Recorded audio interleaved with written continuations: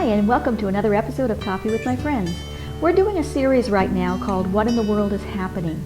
So let's continue in our teaching. We'll pick up where we left off in the last video, and we'll continue looking at current events. From these current events now will be a little bit more recent, so I think you'll find a lot of this information really relevant to what's happening today. So grab a cup of coffee and let's keep studying. So now where are we on the timeline? What's coming next? I'll look at this graphic. Here's our war cycle that we're in right now. And it began, we're in the year 2016, right? 5 years later will be 2021. That makes me wonder, is the Babylon takeover of America going to be complete in 2021, thus kicking off the next war cycle, which is the shriveled wheat, or the difficult harvest? Let's look at the prophetic timeline where we are now. So we have the invasion of the Babylonian generals, which happened in 2013. We saw that Netanyahu visited Ethiopia, which just happened in July. Is something going to happen with the Temple Mount? Let's watch that carefully and see the negotiations and the different issues going on with the Temple Mount right now. And possibly in any time between 2018 and 2021, I think we'll see the United States actually becoming Babylon in a sense. Now I want to look at one other thing here that happened, and this is started in 2015. And this is the release of the Whirlwind. Now, I've studied a lot in prophetic literature, and the whirlwind is a really important signal in prophetic end times symbolism.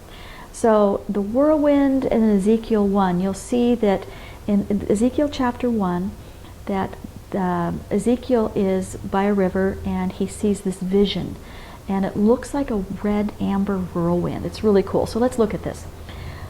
The whirlwind, what the whirlwind symbolizes are two things: the enemies of Israel, as you can see in Psalm 83, and it also symbolizes the gathering of his people, as you can see in Isaiah 5. Now, the Ezekiel wheels within wheels symbolizes the final harvest from the nations. Now, to really get a good teaching on this, you can go to Brad Scott's teaching, the Ezekiel wheel, and it's a CD teaching. You can also download it from his website, which is what I did, and I listened to this teaching. He makes a really good point for the Ezekiel wheels within a wheel, being, in a sense, the beginning of the ingathering of Israel from the nations and the release of judgment. But we'll look at this here.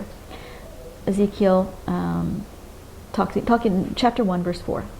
And I looked, and behold, a whirlwind came out of the north, a great cloud, and a fire enfolding itself. And a brightness was about it, and out of the midst thereof, as the color of amber, out of the midst of the fire. So this shows Yah's judgment in the end of days coming from the north. So what happened in 2015 that really caught my attention? The release of the whirlwind from the north. September 8th of 2015 through September 16th, 2015, there was a historic sandstorm in the nation of Israel.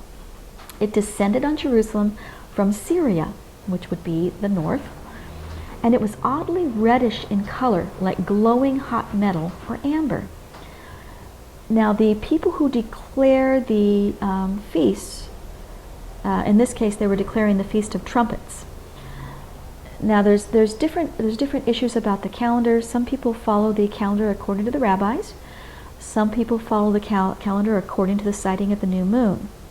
And I think it was really interesting. And those who were trying to sight the new moon this year, they were not able to sight the new moon to declare the Feast of Trumpets, which is the day that the feast where nobody knows the day or the hour.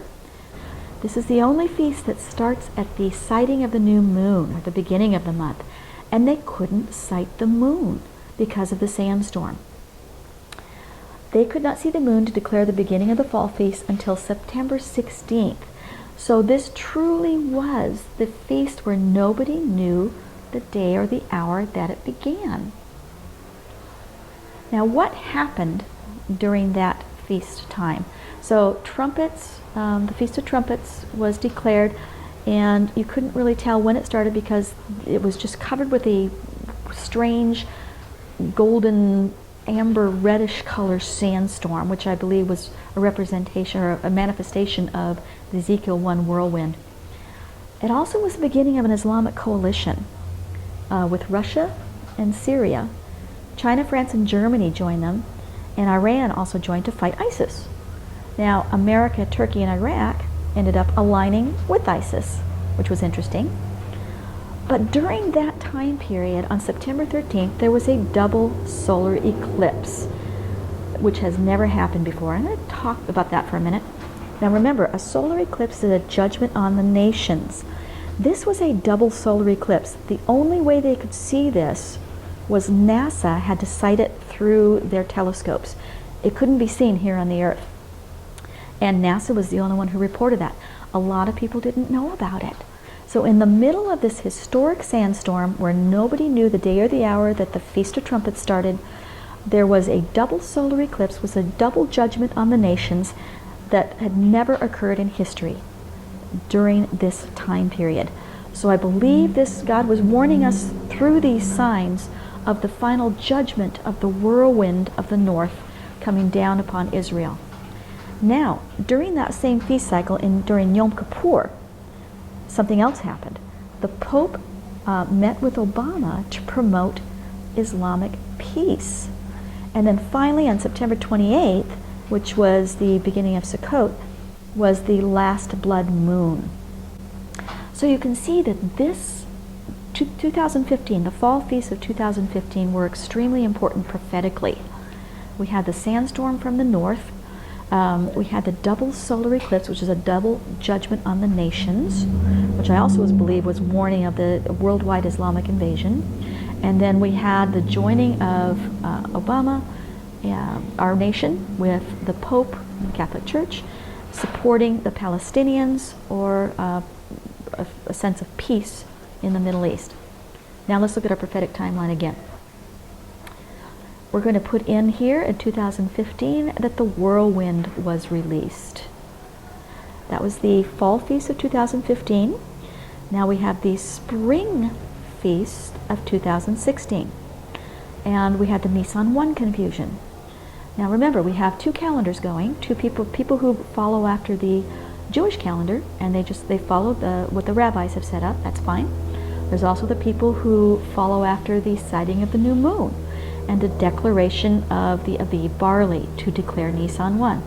Now this year I thought it was really interesting that the group that went out to look for barley to declare Nisan 1, or the beginning of the feast year, it was a lot of controversy. They weren't sure that the barley was going to be ripe enough to declare Nisan 1. So let's look at this. To declare the feast year, there must be enough Aviv, or ripe barley, for a harvest. Now the people who went out to look for the barley only found enough ripe barley for 10 sheaves of barley. I'm going to stop right there. Think about this. They only found enough barley for 10 sheaves. So if you look at Nisan 1, or Passover, as being equivalent to the end of days, second Exodus, they only found enough for 10 sheaves. 10 usually represents the 10 tribes lost in the nations. These are only the 10 that were found ripe enough. Was God showing us in this that there is a partial ripening right now? I believe that this is foreshadowing two harvests. In the end of days, God is going to harvest all 12 tribes out of the nations to go back to the land for the end of days. Right now, in this harvest, or the Nisan 1, there were only 10 that were ripe. There was only a partial ripening. I believe that God is going to harvest His people, or Israel. Only the ones who are awake are going to be harvested out of the nations. There are still a lot who are asleep, and they're going to be harvested out of the shriveled wheat, or the difficult harvest of the tribulation. It's kind of how I analyze this. Let's go back to this. Some declared March 10th to be Nisan 1, and some declared that Nisan 1 would not begin till April 9th. So again, nobody knew the day of the or the hour that the year began. I believe this is very prophetic. Now, what we did when we celebrated Passover this year, I know that part of the believers all celebrated Passover in March. Part of the believers celebrated in April. Now, what we did, we said we did 2 Passovers because, again, I don't think there was a right or wrong in this case. I think that this was a prophetic sign that God is saying there are those who are watching. They're going to be harvested early. There are those who are still not aware. They will be harvested later, but I believe there will be 2 stages to the harvest. Again, we'll have to wait and see about that. This is just my interpretation of it, but it's something I think we need to watch for. Now let's go back to the timeline again and plug this in as well. So we have in 2016, 15 and 16 both, nobody knew the day of the hour or the hour. In 2015, they didn't know the day or the hour of the fall feast. In 2016, nobody knew the day or the hour when the feast, the Nisan 1 would start, which we don't know now when to celebrate both. We didn't know when to celebrate Passover. It affects Pentecost, Sukkot. It affects the entire year. It puts it a month off, right? Now, what I've been doing for the last year or so, or a year and a half, is I've been keeping track of events in the world and how they relate to the Jewish calendar. What I ended up doing now, I have the Jewish calendar at the top of my spreadsheet. I now have 2 dates that are a month off. So I can watch to see if something's happening in the month of Tishri, or which month is it? Because when events happen, it may fulfill prophetic events depending on which calendar you're looking at. So I'll keep you posted on what's going on, but that's really very interesting for me to follow. Okay, so now where do we look like we are? Where are we now, or what's coming on the timeline? Let's take a look at this. 2016, you are here. We have 2021, we have the fall feast coming. 2028, the end of the war cycles. What should we be looking for next? In September of 2017, we have the sign in the heavens of the woman of Revelation 12. And again, if you're not familiar with that teaching, you can go to my website and get on our Blood Moons Update Conference. My 3rd teaching on that was the Warrior Bride. And I do, in that Warrior Bride teaching, I explain the sign in the heavens that happens in September of 2017, the woman of Revelation 12. And you can go back and take a look at that. I believe we need to start looking for some type of significant decision about the Temple Mount. I'm not sure what that will be, but we need to watch for that. We need to watch for the division of Jerusalem and the creation of a Palestinian state by the UN. I believe this is going to happen fairly soon, within the next year or 2. I believe we'll see that. When that happens, they'll give away Judea and Samaria, the West Bank. Remember, when they do that, when they divide Jerusalem and they give away the West Bank, that is encroachment. And legally, God can now open up a lawsuit and come against the people who are dividing the land. And I believe we'll begin to see the beginning of the end of days.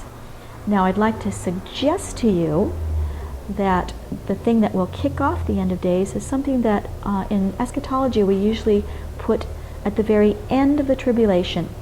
This is in Zechariah we see the Messiah comes, he touches down on the Mount of Olives, the Mount of Olives is divided, and we usually declare that that is when Yeshua comes and reigns as king. But I'd like to propose to you that that may be the kickoff to the end of days instead. So those of you who have that event placed on your timeline, I'd like to propose to you that you maybe re-look at that passage in Scripture in Zechariah and then move that event to the beginning of the timeline to kick off the end of days. The reason I say that is because when Messiah comes down, splits the Mount of Olives, then those who are in Jerusalem will escape through the valley and run to Atzel. Atzel is both a person and a place. As the person, Atzel are the descendants of Jonathan, who had a covenant with David. So it's Benjamin in covenant with David. Atzel is a place. There are different places that are thought to be Atzel, but one of the leading spots for that is near Ammon, Jordan. So I'm proposing that when Messiah splits the Mount of Olives because of encroachment, in a sense it opens up a huge rift in the earth because it creates a valley and swallows up the earth, just like it happened in Korah's rebellion. They encroached on the job of the high priest, Moses and Aaron, and the earth swallowed them up, just like this, just like the rebellion of Korah. It's encroachment on the holy place. The earth opens up, much of that land is swallowed up, the people are swallowed up. It creates a valley where the people of Judah or the people from Jerusalem can run through that valley to the people of Atzel, somewhere near the Jordan, or Ammon Jordan possibly. And it's the people of Benjamin who are in covenant with David, right? So maybe Messianic Jewish people. That's the only way I could see that. So I think that is also something that's next on the prophetic clock that we need to watch for. So again, those are the things that we need to watch for. The next thing after that will be Elijah will appear to gather all tribes from the nations, and the second exodus out of the nations will then begin. I believe we'll look for the final formation of an Islamic caliphate and the revelation of the Mahdi, and finally the U.S. itself becoming Babylon through an Islamic takeover. Again, you can see my teaching on the 4 horses of Revelation to see the progression of that. And I also show how it's manifesting here in America and in the U.S. And the things that I laid out in the 4 horses of Revelation, I see are coming to pass. Every time I get on the news, I see it. Finally, Yeshua is going to pull us out of the sea of the nations. So we'll look for Yeshua to reach and pull us out of the nations and back to the land. Well, I hope you enjoyed this teaching on what in the world is happening. I plan on doing more of the teachings. They probably will be a little bit shorter, 15 to 30 minutes, so that I can give you an update on what's happening in the world and the things that I'm finding, as well as an analysis of the end of days and the ingathering of all 12 tribes out of the ocean or the sea of the world back to the land. For more information, or if you'd like to look at any of the teachings that I mentioned in this update, you can watch my videos on the end of days at coffeewithmyfriends.com. And I have a section on there called What in the World is Happening. It includes the Blood Moon Update Conference and the 4 Horses of Revelation and the Warrior Bride. Well, I hope you enjoyed this. Come back again for another teaching soon on Coffee with My Friends, and I will see you soon. Shalom.